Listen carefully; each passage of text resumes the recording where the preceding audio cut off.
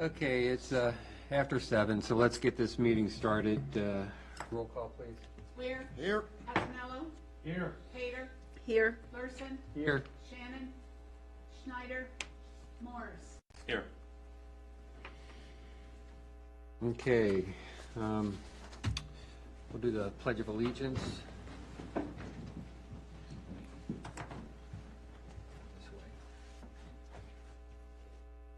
pledge Allegiance to the flag of the United States of America and to the republic for which it stands, one nation, under God, indivisible, with liberty and justice for all.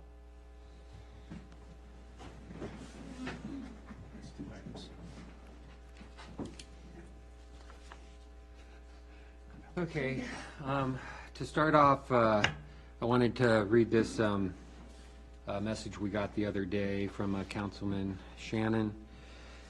It says, to the citizens of Haymarket, Mayor, Town Council, Haymarket Police Department, and Town Administration, effective May 25th, 2021, I am resigning my position as a Town Councilman for the Town of Haymarket for various reasons. Since stepping up to the Town Council in 2017 and being elected for 2 additional terms, I've enjoyed my time on the dais, and I want to thank those who supported me in both voting and encouraging me to stand up for the right things.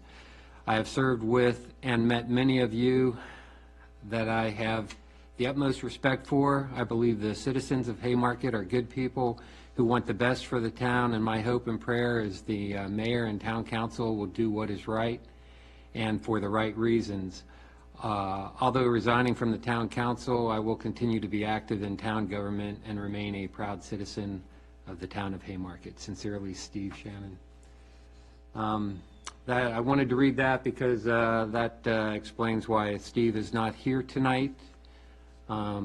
If council doesn't object, I would like to direct the administrative staff to put together a certificate of appreciation for him. And because of the strife that I'm sure Julie had to go through,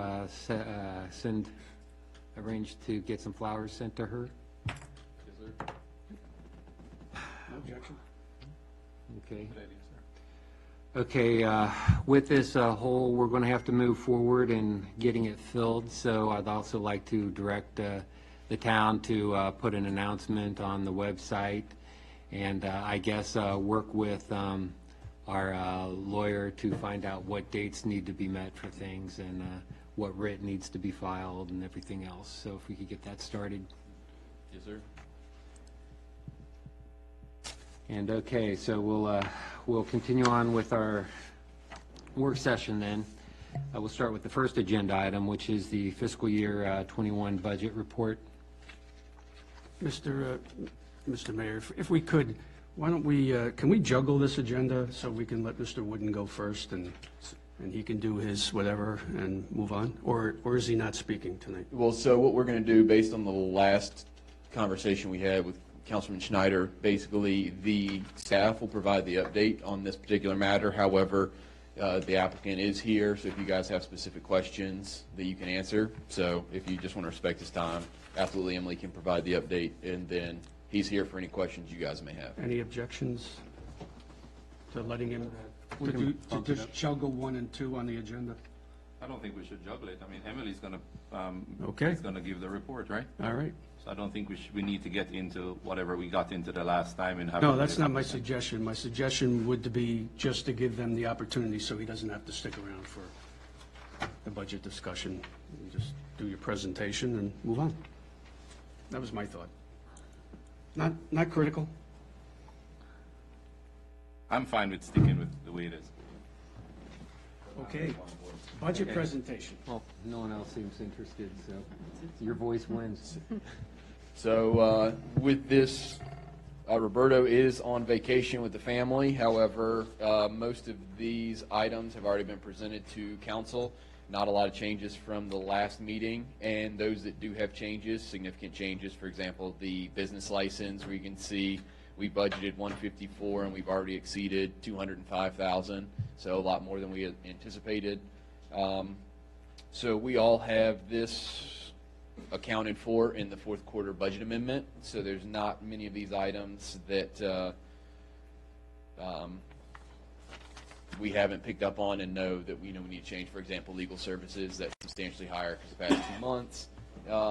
So really stand ready to answer any questions you guys may have. Mr. Mayor? Yes. Just one question. Chris, what drives the business license tax?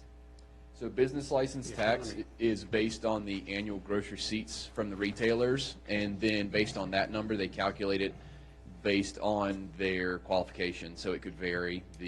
So like financial service or professional, it's 33 cents per hundred.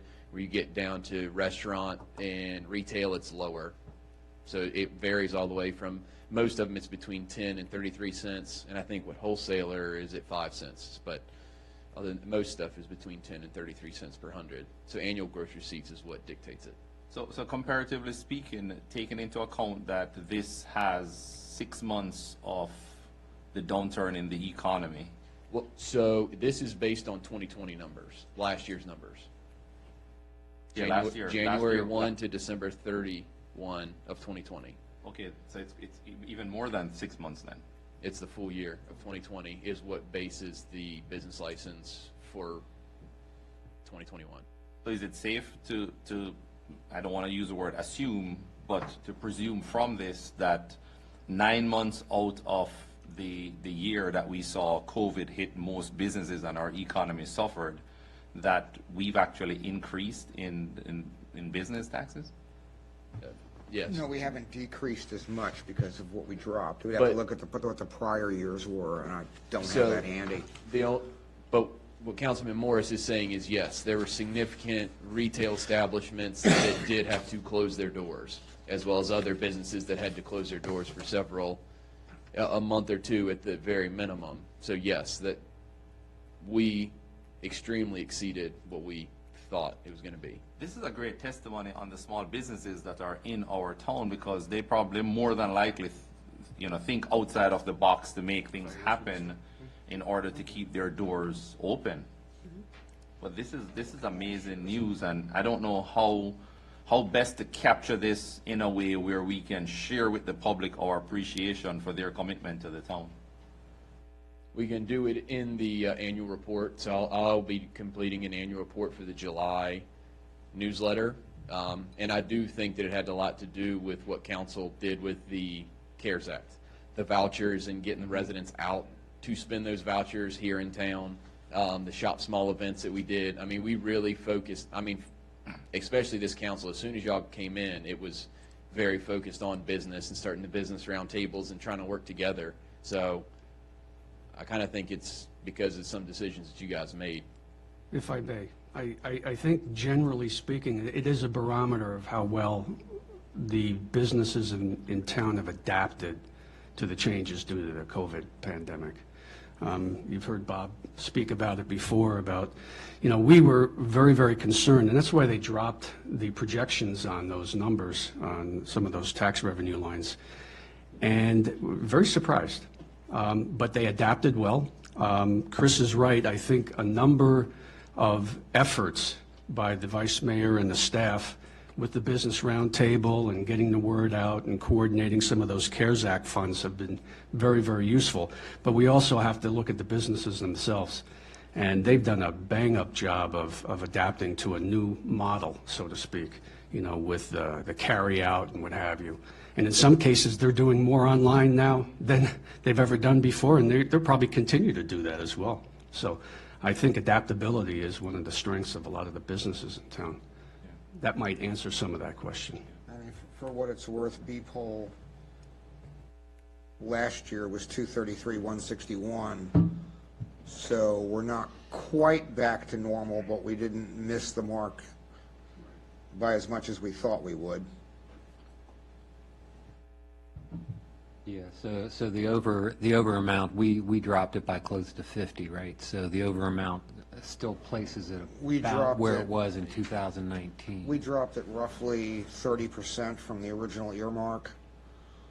And we're gonna, I don't remember what the original earmark was. I can go back and look. What was that, last 2021? Was originally adopted? That's why we need Roberto here. Yeah. Um, Regardless, the business did significantly better than we expected with all of COVID and everything going on. Whether it's adaptability, y'all's decision, totality of everything together, they did significantly better than a lot of other localities as well. So that's the other thing, that we are lucky to say that our town did not take the brunt as much as other localities did in this same Northern Virginia area. So, Good, thank you. And look for the finance liaison's report in the next upcoming packet. Man, I don't really. Mr. Mayor, just one more item. Chris, and maybe, and I know this is more for you and Roberto, but with the legal fees, legal services, at the percentage that it is right now, are we in a position to review this for next year, or you think what our projection for the next budget is good? I think our projection is good. We did discuss this at the budget work session, the one that you weren't able to attend. It was basically, we had a lot of different items that came up that are probably not going to come up again, different litigation, the potential sale of the HPG property, different things like that that we had to work through. So with that, and just, Okay. everything, it's a lot of big ticket items that kind of hit all at once.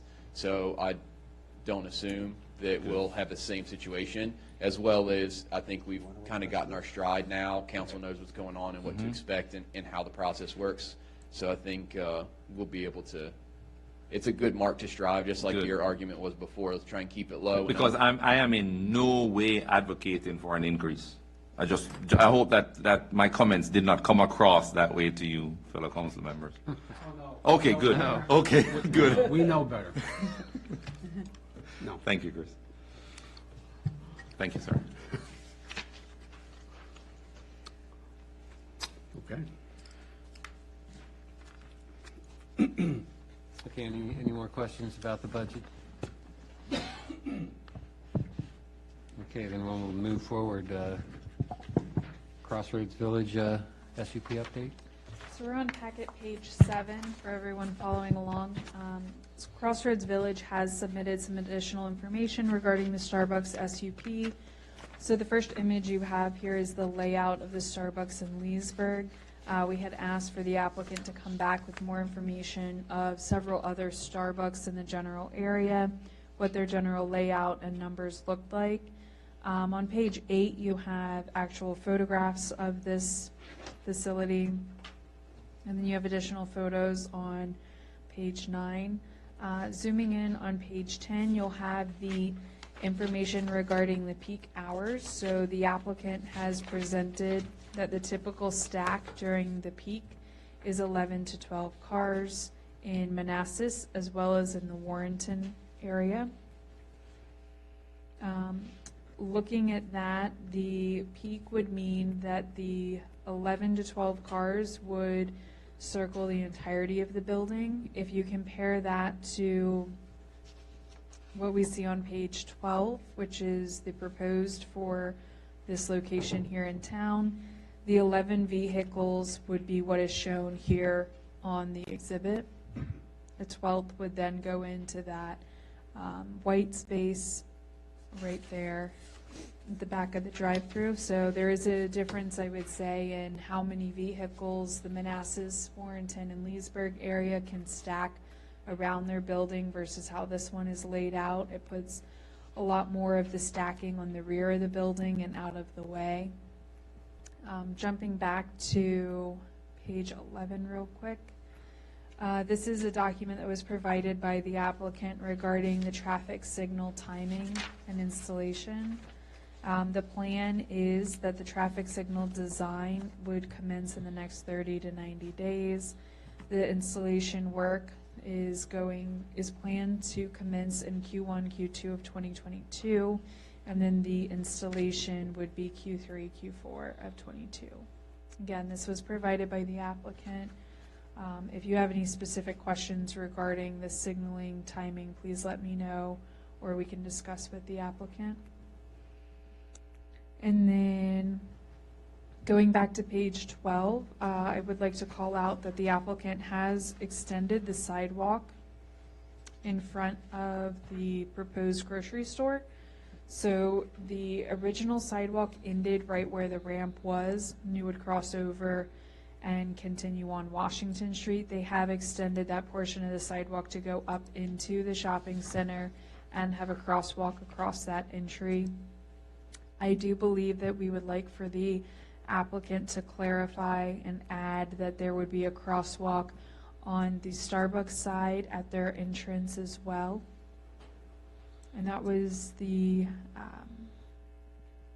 currently the only feedback that staff had for the applicant at this time regarding what they posted for their additional information. Is there anything that the town council would like to ask, see, discuss, ask the applicant?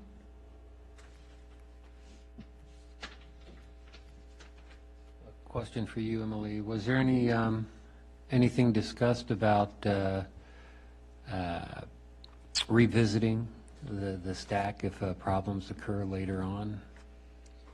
Revisiting the stack of the drive-through or revisiting the stack along the exit should there be a problem? Well, revisiting some type of mitigation that could happen if we do find stacking problems.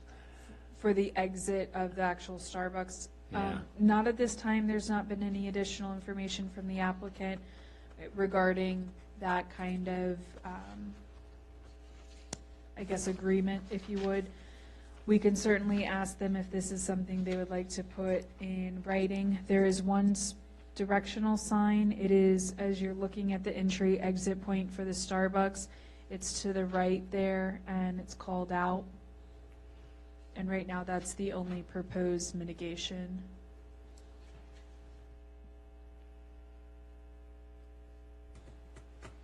Anybody have any questions? Just a comment concerning the Starbucks. How does the comparison that is provided give way to understanding how many Starbucks are there in Leesburg? Because it's not a one-to-one comparison. I mean, there are 4 Starbucks in Leesburg. So I think our general idea was to ask them to look at some of the other local Starbucks that are very busy that we were aware of. Warrenton has 2 Starbucks that both have drive-throughs. Manassas has, I believe, several, one in that general Costco vicinity, and that's also very close to the 66 interchange. Sorry, my words are all messed up. So we wanted them to look at those that are close to major highways, and then that way we had something that could be a comparison, whereas this one sits right there on 15 and 66. It would be the only one in this general area. There is one up at Gainesville. It's not a drive-through. So we were getting them to look at what the general peak would be for those facilities. We did not do an overall comparison of how many and in what vicinity of the major highways or major nodes of transportation in those areas. And just so you know, I'm in support of a Starbucks. I don't drink there, but I think it would be a great addition to the facility there in general. But in looking at it from a bird's eye view, where else could vehicles go if they're outside of this 12? Is there a plan that they could, there's a holding area for them outside of the 12 vehicles in lane? So the plan would be, if they extend past that 12, they would just come down that drive aisle and then ultimately come across and in front.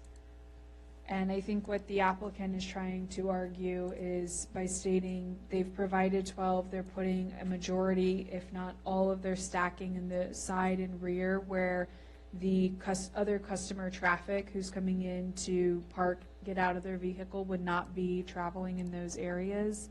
And so they feel confident that this 12 would supply adequate stacking. And there's also the argument that in general, human behavior, if you see a stack of 20 cars, you're not necessarily going to hop in that drive-through lane. You would maybe use their mobile ordering app or another, feature that they have. You might pass on it and go to the next one.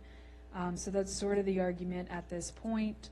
I do understand that we want to best prepare our town and our residents for the worst-case scenario. So we're always going to make sure that, say, 25 vehicles are stacked, where are they going to go? As shown on here, they would stay within the Starbucks site. Anything beyond about 24 starts to get to the entry point. That's good to know. Thank you. I do have a question for you. So those other comparisons, are there shared space in those locations where they have the drive-through? So in other words, the different Starbucks, do they have joint tenants, adjoining tenants, for lack of a better word? The Leesburg one, I do not believe that they have any joining tenants. No. I would have to ask Not the for the building. applicant. The building is standalone. Is it Correct. standard? But the plaza itself is super busy. Right. Correct. So I would say like the Manassas one is a standalone building, but they do have the Chick-fil-A right next Yeah. door, and that is Yeah, that's what I highly meant. competing on traffic Right. within their own drive aisles as well as other. But as for this scenario in Haymarket where it's a two-tenant building, I would have to ask the applicant if the ones they looked at were multi-tenant buildings in the same area. I do know the Warrenton one is multi-tenant. It is a Starbucks, a Subway that does breakfast, a Five Guys, and then you have a break and there's a standalone IHOP. And there's also a gas station to the left of the Starbucks. That has a drive-through. That does have a drive-through, and their model is that everybody stacks on the rear of the building and then up the side. And you can go in through the front and circle the IHOP and the back of the shopping center, or you can come in off of 29, make a right-hand turn, and when you turn left into the little shopping center, you automatically stack along the back of the building. So it's a little bit of an out of sight, out of mind. When you get beyond 12 in that lane, that's when you start coming into conflict with their little access road with the car dealership, the IHOP, and the Starbucks drive-through. And where is that located again? That's located on Route 29. If you're familiar with the BP, that's over by the Ford dealership on the right-hand side, right before you get to 29 and Dumfries Road intersection. Oh, okay. Yeah. Yeah, Thank the you. Outback. She said Outback and then. Yeah, okay. Outback. I Yeah. forget Outback's there. Outback is also there, yes. Okay, thank you. No other questions, sir? Mr. Mayor, can I just? Emily, so the future tenant space next to the restaurant, by code, would we have enough parking spaces for both facilities? So it depends on what type of use, and the applicant is asking that if it were to be a restaurant use, that they would be able to use, if you're looking at page 12, do you see at the top, there's 17 spaces just outside of the Starbucks? So the applicant is asking that if it is a restaurant use, that the overall parking tally of the entire shopping center would allow for their additional spaces to be located in that vicinity. So if I can just jump on that, Chris, for a Yes. second, because are we saying that the way the lines are drawn, I can see the distinction here. So the future tenant space, would they have to come back for an SUP too, or no?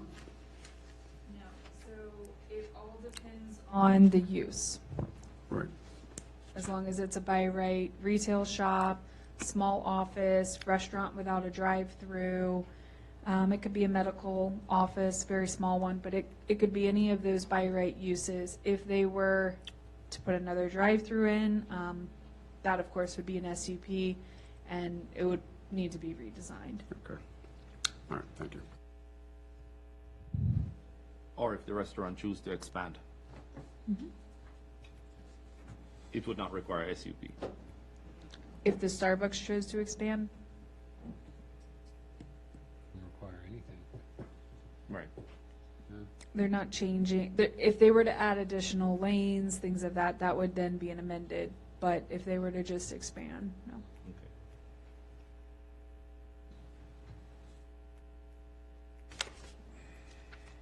Are there any questions other for the applicant this evening?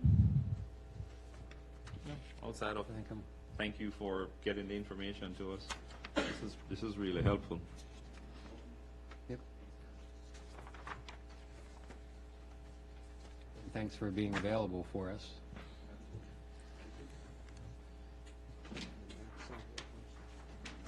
So I guess we'll move on then. Go back to the beginning. The shade structure. Yes, so we had sent out some information for shade structures. We did get one from the playground specialists, which are the group that installed the current playground that we have. And that quote was $50,000. So because it was such a big ticket item, we went ahead and got additional quotes. So I reached out to a couple different shade structures. With that being said, they vary greatly. We've got one from North Carolina that is ridiculously low. Basically, they had assumed that it was going to be $21,000 for everything, the shade structure, installation, stamp drawings, everything all in, and they are way off compared to the other two quotes. So that's one that I don't think that that's a reasonable bid, because I think they'll probably going to come back with more change orders and end up costing us more. Another one was Adventure Playground Systems. They're out of Houston, Texas. And with them, the price was right about $24,500, but they don't put it together. So we're going to have to find a general contractor basically to put up a canopy with all, like, digging and doing all the work. And they estimated that it would be 60% the cost of the structure would be the cost of contractor work. We know in Northern Virginia things are a little bit more expensive than what they are just the national average. The other thing that we need to take into consideration is that the playground specialists are local. They're the ones that installed our playground system, like I said, so they are familiar with any Prince William County building official requirements. They are going to be the ones that hopefully if we went with somebody else, they may or may not be willing to be the people to put it up and take it down in the winter. Some of the other things to think about is the shade structure with playground specialists. While it is a little bit more, it's rated for 10 years versus 8 years for the other one. So as you start going down the list, the playground specialists are the individuals that would probably be the better choice, because they're going to be the people that are maintaining it for us. Because even if we were to have a maintenance person or even two in the future, it takes a team of 5 people with specialized equipment and knowledge to do this. So we will be able to put it down and take it down, put it up, and store it in the garage right there next to it. But I think with the fact that we're going to need the maintenance and we have current dealings with them, that's where I would lean towards the playground specialist. Or we can try and find additional quotes. But I have reached pretty far in people who deal with shade structures. Like I said, we have one that's relatively close, and then we've got Winston-Salem, North Carolina, and Houston, Texas. So we can go farther than that, but the freight's just going to keep going up the farther we go. You went to Texas. Yeah, that's the basically a lot of people deal with the playground equipment, but not too many people do the shade canopy items. So that's where, especially because this is a relatively big one. It's 45 feet by 38 feet, and it's 12 feet off the ground. So it's And do you have a picture of it? Is it at an incline? basically what it is it's Is the the footprint of the playground. I don't have it with me. But yeah, so basically the footprint of the rectangle that the playground's in, it almost goes right in that footprint. It's not exact, but it's pretty close. And it would cover the majority of the playground. Have a snow load on it? So it does not, so that's why we'd have to take it down every winter. What we would probably do is put it up in May, right before the weather gets warm, and take it down right around October, before it gets too cold, and hopefully before we get any major storms. The storms would probably dictate it as well, so September, October, whenever we're supposed to get a big hurricane or tropical storm come through, we'd probably just, that's when we would schedule to take it down. On it? And if there is a damage from a tree limb, are we responsible? Okay. The snow load, just if we were to have a random outlier light snow in April, May, it would hold it, it would be fine. You don't want to leave it up for multiple inches. The shade fabric itself should be removed in the off-season. It can be removed with a team of 4 to 5. They advise hiring, this is playground specialists, the people who installed our playground. They advise that we hire them to remove it initially so that we could be trained, or our maintenance team could be trained, and how it should be removed and then put back up. The life expectancy for the shade is 10 plus years. The fabric is covered under a manufacturer limited warranty for the first 10 years. The fabric itself is generally maintenance-free with the exception of necessary removal due to weather or seasonal requirements. The fabric does not harbor mildew or mold, but residues such as tree sap, leaves, bird droppings, dust, and dirt may need to be removed. To clean the fabric, use water and mild soap. A soft mop, broom, or pressure washer may also be used. It comes recommended that the cables be replaced every 3 to 4 years, or if corrosion is visible, whichever comes first. For that, when we have our playground inspector, which is Evan, when he comes out and does a look once a year, he would also look and inspect that. We could probably also ask him to do a general cleaning as necessary. And then I asked for the cost of covering the replacement of the fabric itself. It's typically a few $1,000s. However, the manufacturer is giving us an approximate cost. We should get that soon. Looks like you got your bases covered. Tracy Lynn? So playground specialists would cover all aspects of what maintenance, so that's, we wouldn't have to hire outside of that, other than the crew that's taking it down after. Yeah. Yeah. Except when we put Chris in a bucket truck with a pressure washer to clean it.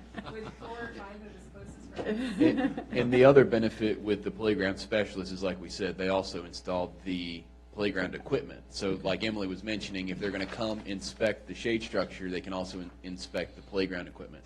So we kind of get, less mobilization cost. Okay. And it looks, so it's about $1,100 to put the canopy up and down. So it'd be about $2,200 a fiscal year to put it up, because we would put it up when it's warm and take it down when it's cold, other than a freak storm maybe coming through that's going to have ridiculous high winds or something, because it's rated for like 90-mile-an-hour winds. So basically anything less than that should be okay.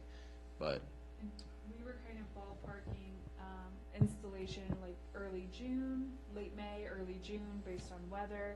And then Chris and I had talked about even getting them to take it down like the week after Haymarket Day. You get a lot of leaves. For the most part, we do have a couple trees that line the left there, but the way that the shade is situated, it doesn't cover the swings. There's some natural shade there. So it's going to be pretty much isolated from trees, but your wind still comes in from that direction, so you're still going to get some that land on it. Being that it's the peak that it is, you would ideally think most of them would fall off, but I'm sure some pine needles will stick up there. Just 2 more things, Mr. Mayor, is the storage of the material in a non-air conditioned space. Is that recommended? so it's going to be in wintertime when it would be stored. So, and it's also rated for like negative 130 degrees or something like that. And it's rated for the heat of, yeah. So it's like, the range is from like negative 120 to positive 120. So it's, Do they supply containers to store it in, or we have to purchase those? Just no, to so you would protect it just, from rodents? you would just fold it up. Yeah, but we have to have it in sealed containers. So it's, I think, 65 inches by 16 feet or something like that. It's substantially big. Then I guess we're gonna build something that's rodent proof. You're gonna build something. Yeah, just buy the material. We can build it. We have to build something Plywood to keep box. it. Yeah, plywood box that's rodent proof. I just think we need to. It's a good question. Oh man, I think I have something. Deposits. Go ahead, Tracy Lynn. Did they give an estimate on how heavy it is once it is folded? It's almost 200 pounds. Yeah, it's nothing. If we, I think I have something to store it in. No, it's 120 There you pounds. go. Yeah, That's not a bad idea. yeah, Yeah, roll length. they can roll it. Drainage pipe. No? PVC pipe that big with a cap? Well, we can schedule 80 maybe. Yeah, Fresh door the fishing black rods, yeah. drainage pipe. I'm sorry. So it's rated for negative 77 degrees, and the max temperature is positive 167 degrees. Oh, nice. So, I'll take some pictures of something and send it to you, and so you can look at it for storage. okay. I think I do have something for storage. And the other question is, I would love to see a comparison of something somewhere local. You're saying that you couldn't.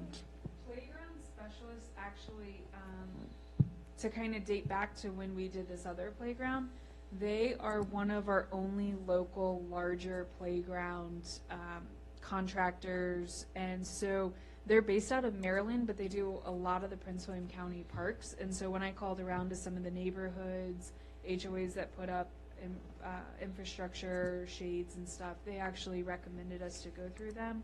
So in the initial, when we looked for the equipment itself, they came very highly recommended, and they're one of the biggest name brands in our area. They travel both directions of, If they do good work, they tend to go around and buy up the smaller companies. yeah. Nothing is wrong with that. Capitalism. Did I say that loud? Is that recorded? Nick said Yes, it is. Baptist Church, I think, I noticed in the back there, they have a playground and they have some covers on it. I wonder if they did those as well. Yeah. A lot of the smaller ones, when you just get the simple small sail shade. Yeah, Amazon, Those are yeah. ones you can get on Amazon, you can get a great group of parishioners to come in and they put it up and it's easy to take down. Usually 2 people can take it down. When you start looking at driving in custom footers 8 feet into the ground with cement and stretching a 38 by 45 foot canopy and it has the peaks in it that you have to stretch it over, that's when it's a lot more difficult. So let's, Safety is important. yeah, let's think 5 years. 5 years down the road and the use of the park. How does that play in? The shade? As long as the playground's there, the shade will be useful. Our equipment is rated to last, 20 plus years, so I think we still have a lot of good lifetime on the equipment. I think we have, I think our long-term vision, correct me if I'm wrong, I think our long-term vision was always to have a very nice pavilion just sit right beyond it, kind of where that well house is, to provide a nice area for families, have picnic tables fully under the shaded area, out of the elements, allowing for a good visual into the playground, so I think it'll nicely complement it. I think longevity, it's gonna keep poor children's little legs from burning when they slide down in the summer. That's one of the things the Builds midday, character. midday, early afternoon in the summer, you don't see as many people up there because of just how hot those slides and that hot plastic will get. You don't want to go slide in pants all the time, so I Crack think an egg on it. kids burn the back of their legs with how hot it can get, and this will significantly help that. I think it'll give us better usage out of the And, playground. and it'll extend the life of the playground equipment Yes, itself. from the UV and what have you. And As it fa- should protect up to 94% of the UV rays, so that's very, very good. significant for, not a lot of kids wear sunscreen just to go play on a playground for 20 minutes. So I think overall it's going to help with the health and safety of the children. You know, it was interesting. I was there this weekend with my other granddaughter, and there were a couple folks there with their kids, mostly dads, believe it or not, which is kind of nice to see. And it was interesting because I said, wouldn't this be great if we had a cover here? And they said, yeah, especially when it's raining, too. Oh, yeah. Well, so this canopy, it will help with some of the rain, but it does not block out, like, I mean, it would, But it doesn't. yeah, exactly. So if it's raining really hard, it's some protection, but it's not going to block out everything, Right, just because so that, Right. Light rain, you know, mist or whatever. yes, then It's not going to that'll discourage. stop. Yes, exactly. I just wanted to make sure that that's. Have we been there to see like the direction of the sun if it hits it from an angle? Yes. Go ahead. Answer. So it's the most open air portion of the park. So with the sun rising by about 9:30, you're here-ish, and then all day, you have it right at noon beating straight down. There's absolutely no protection. And you get to about over here, you have about 3 o'clock, 3:30-ish, and you get ever so slightly a little bit of shade onto the swings and the two small rockers, the two animals. But the handicap accessible piece and then the actual slide piece itself get no shade whatsoever. We just don't have the mature trees close enough to provide that protection. And being the highest point, you're really not getting any protection. You're just getting direct sun. I think I'm done with questions, sir. Okay. Your ice cream probably won't melt under it as quick. Any other questions?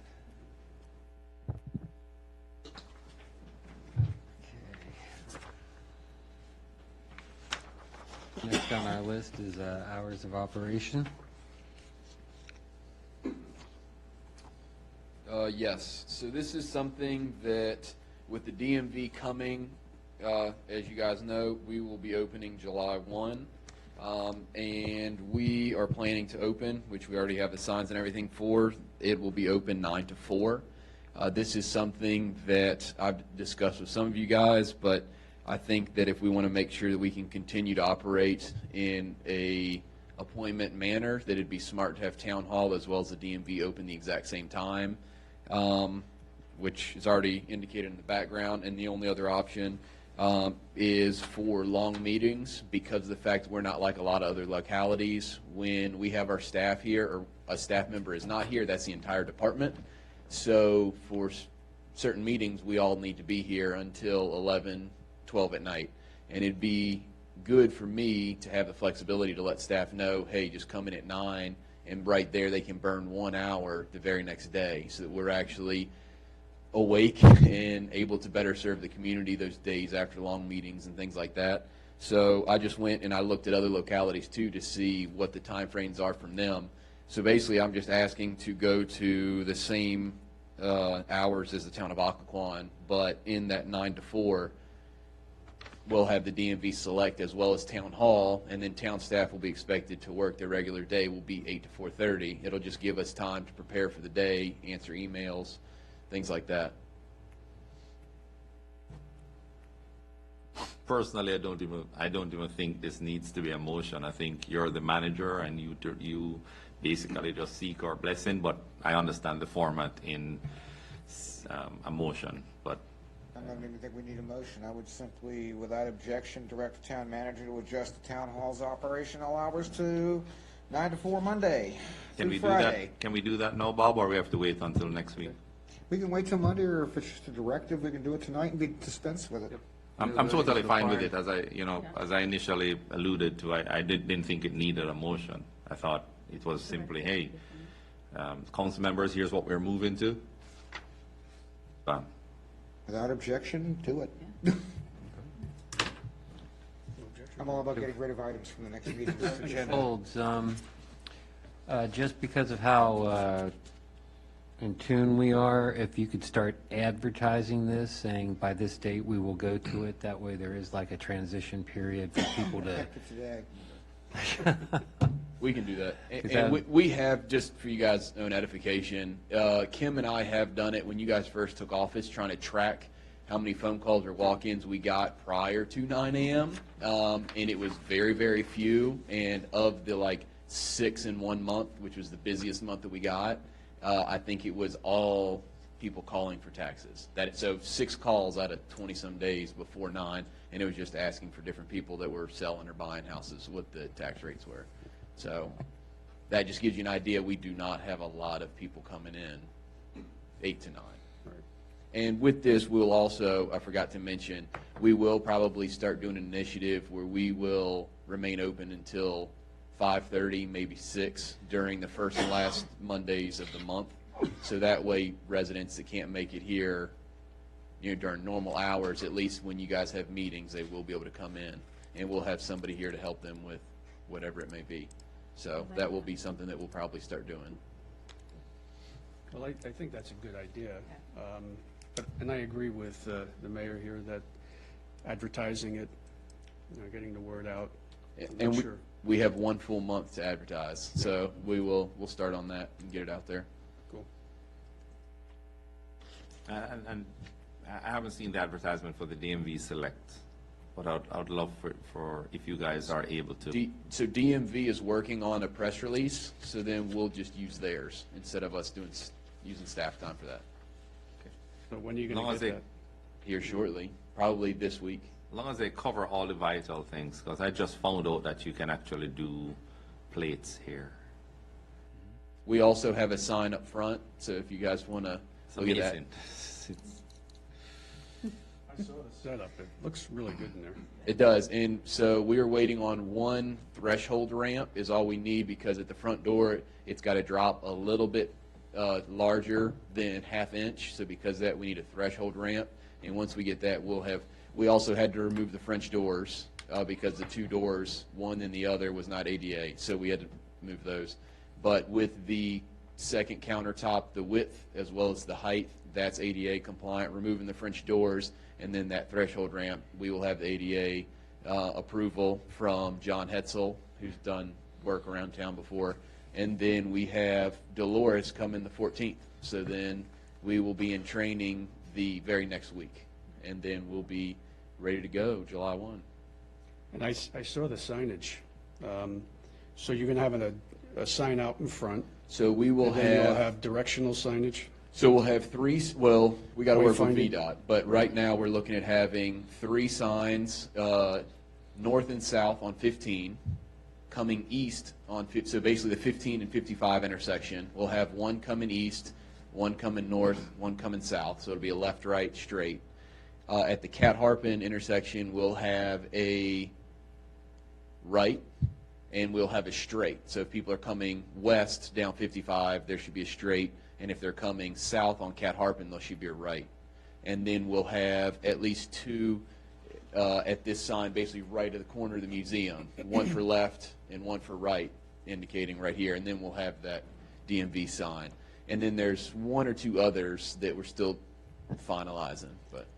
And what about the county? Are we talking to the county about advertising this, making sure they're aware of it? I guess they'll get the press release, right? We'll share that with them. So, yeah, I mean, we're talking, the DMV commissioner will probably end up doing an event here. I mean, it's, yeah, ribbon cutting, so that's something that, I mean, there will be a decent amount of press, and we do intend on, when council members come, we'll have videos and share that, so. Will the DMV commissioner bring handcuffs? Will there be signage for it up front or on the Yes. grass? Mr. Not necessarily on the grass, it'll be on the building, and then it'll be by the museum. Mr. Mayor, if I can sidestep just a little bit, if permitted, to ask the police sergeant a question? With respect to this conversation? Go ahead. With regard to a small increase in vehicles exiting our parking lot, do you foresee any problems?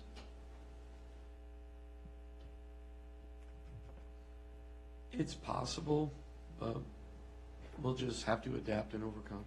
Especially exiting and turning left? Yes, sir. Well, if you remember, though, if I may, if I can interrupt, we've been talking about doing appointments as well, so that would help regulate that flow. wouldn't it? Yeah, and that's why I use the word small, because it's not gonna be a, So, yeah, it'll be what, an increase of 8 cars per hour? if we fill both windows up? Well, give or take, yes. Between 8 to 12 is probably what we're looking at. So there may be some times that it's a little bit faster if people are here and they can move faster, but there's other times where if people they're getting towards the tail end of their appointment or something. But yes, so I mean, we're looking at between 6 to 12 cars an hour. And how about the drop, sorry, go ahead, sir. I'm sorry, if I may. We have a good enough relationship between Town Hall and the police department that they could always call us if it's starting to back up, and if need be, one of us could respond and direct traffic to help get the cars out. Okay, thank you. How about the drop box and the accessibility through the PD section? so that actual box right in the back of the room, that is something that we're going to have a contractor install, so there will be a drop box. Hopefully, we'll try and use that for residents. But once people find out about it, then everybody's going to use it. But that's something that, as long as we'll have all the information, so even if somebody doesn't have an appointment, let's say they come to Town Hall for something and they realize that we have a DMV Select, we'll have a lot of the forms and everything in the outside, so not inside DMV. So there'll be something they can just grab right off the wall, fill it out, send it in an envelope in the drop box, and we can go ahead and process it. In the space to the PD's entrance? So yes, so the drop box, basically how we have the drop box now, we're just retrofitting it so that it actually drops through the wall into my office so that it's secure, especially with people and some of the information that they have to disclose for some of the DMV stuff. So this way people feel a little bit more comfortable. And we also right now collect rent checks as well as meals tax checks. So that's something that we wanted to test out, make sure the drop box is something people used. And they do, so that's where I think it's time to upgrade it anyway. So I think this is just even better. Should we look at a camera system inside that space? So we already have one. The camera? From the, We have the camera from Force Security. so I believe it can be set up that way. I'll send an email tonight and find out. okay. And just find out the storage on it for me, please, just to see if it tapes over on a 24-hour loop, or just to find out how it's recorded and how it's erased. Yes. Thank you.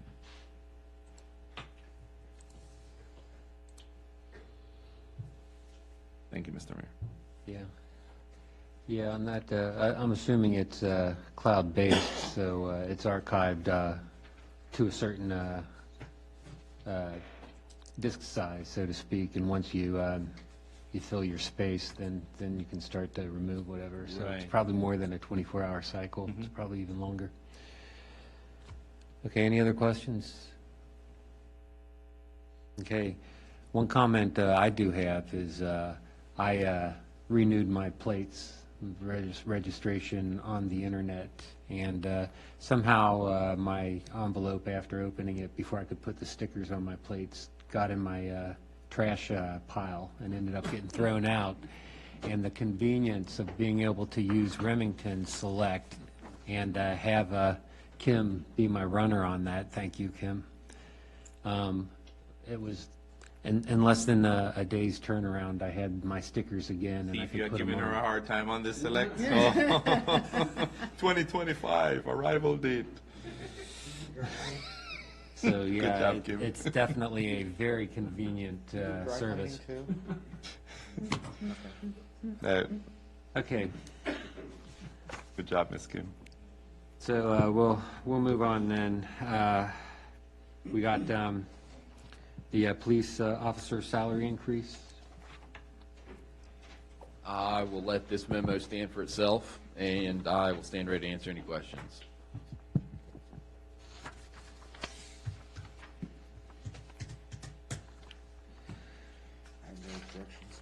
I have no objections.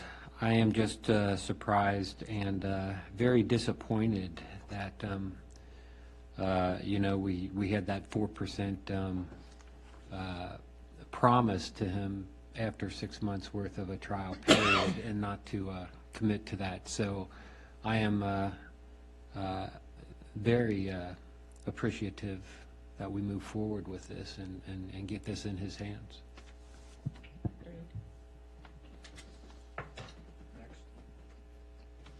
I apologize to to Officer Burgoon for not catching it earlier. I think it was an oversight on the town's part in not picking it up, and I felt it was necessary to apologize to him for us not catching it. He was very appreciative that we went ahead and caught it and actually adjusted it. So thanks for all you do. Thanks, Chris and the team. Okay. We good? Okay, we'll move on with the Planning Commission. Sure, the documentation goes on here. We tried to make it a larger body, but volunteer constraints and everything else have played into it as Mr. Mayor? in the report. Mr. Mayor, Yes, 4 words? I told you so. Yes. Okay, I know, Those 4 words exactly. but I'll let the town manager go over it. He's got some numbers here on this report that kind of says the savings that we get reducing it. Go ahead. That's it. The savings is about $120 a month and $1,440 annually. That does not include the taxes or anything like that. It's rather low. But essentially, we're saving $1,400 to $1,500 annually. While the savings is nice, it's really not about the savings per It's se. about establishing quorum and having the ability to maintain the meeting structure, so I would And move this to the July meeting and do it by way of resolution in June. I mean, June. Yeah, June. June. yep, and this. Yes. Correct. And these numbers don't even include the training that I'm imposing on them to have, which I think we've put, 500 ahead on? So that's another $1,000 a year. There is training allotment. It's not for each individual councilman or planning commissioner, but yes, that would Yeah. save training costs. I think we allotted 500 ahead, though, I think, over the years. But, so there's actually a savings that can happen there, too, so. So but- we will prepare the resolution tomorrow for the agenda. Okay, So just to verify, we will have Burgoon's salary increase and the planning commission reduction and the shade structure for next week's meeting. correct.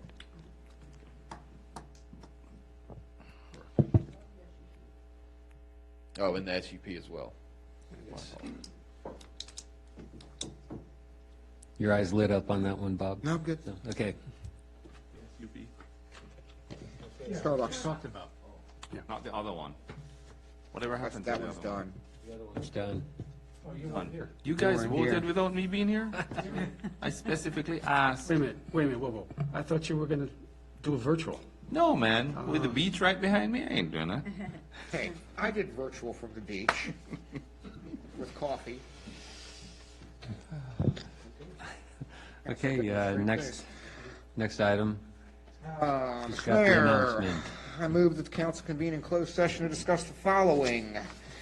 As permitted by Virginia Code Section 2.2, 3711A19, a matter involving discussion of plans to protect public safety as it relates to vulnerabilities and briefings by staff members or law enforcement officials concerning actions taken to respond to such matter, discussion of information subject to the exclusions in subdivisions 2 and 14 of 2.2, 3705.2, where discussion in an open meeting would jeopardize the safety of any person or the security of any facility, building, structure, information technology system, or software program, or discussion of reports or plans related to the security of any governmental facility, building, or structure, or the safety of persons using such facility, building, or structure. Second? Or is that the move? That's the motion. That's the motion, I moved, yes. I'll second. We got a motion and a second. Did you get all that, Kim? Mr. Morris made the motion, and Mr. Sessions seconded it. Okay, yep. Mr. Mayor, do we need the rest of the staff here for after the meeting, or some can be released? Yeah, I think we can release Unnecessary staff. We had that come up last time, so I just had for that. So, yeah, we can release, non-essential. Yes. Kim as well? Emily. We got a, We need to vote we got a motion on the table, so we'll vote as a, all in favor. aye.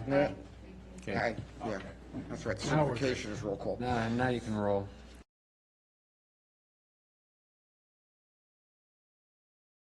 Out and let you reconvene, or too late now? No, you're fine, you sat in for, you just, no, he does certify to that portion that he sat in on. Which was the, Yeah, he can't certify. I was, Abstain. He has to certify that he was, Okay, I because he was listened. in the No, you meeting. listen, but you have to be actually in a Zoom. You can't just listen, man. you Just turn the go. camera back on? It's on and you're recording. Mr. Mayor, I move that the council certify that in the closed session just concluded, nothing was discussed except the matter or matters specifically identified in the motion to convene in closed session and lawfully permitted to be discussed in a closed session under the provisions of the Virginia Freedom of Information Act as cited in that motion. So moved. second. Okay, motion second. Roll call, please. Weir. Aye. Pascanello. Aye. Pater. Yes. Person. Yes. Schneider. Abstain. Morse. Yes.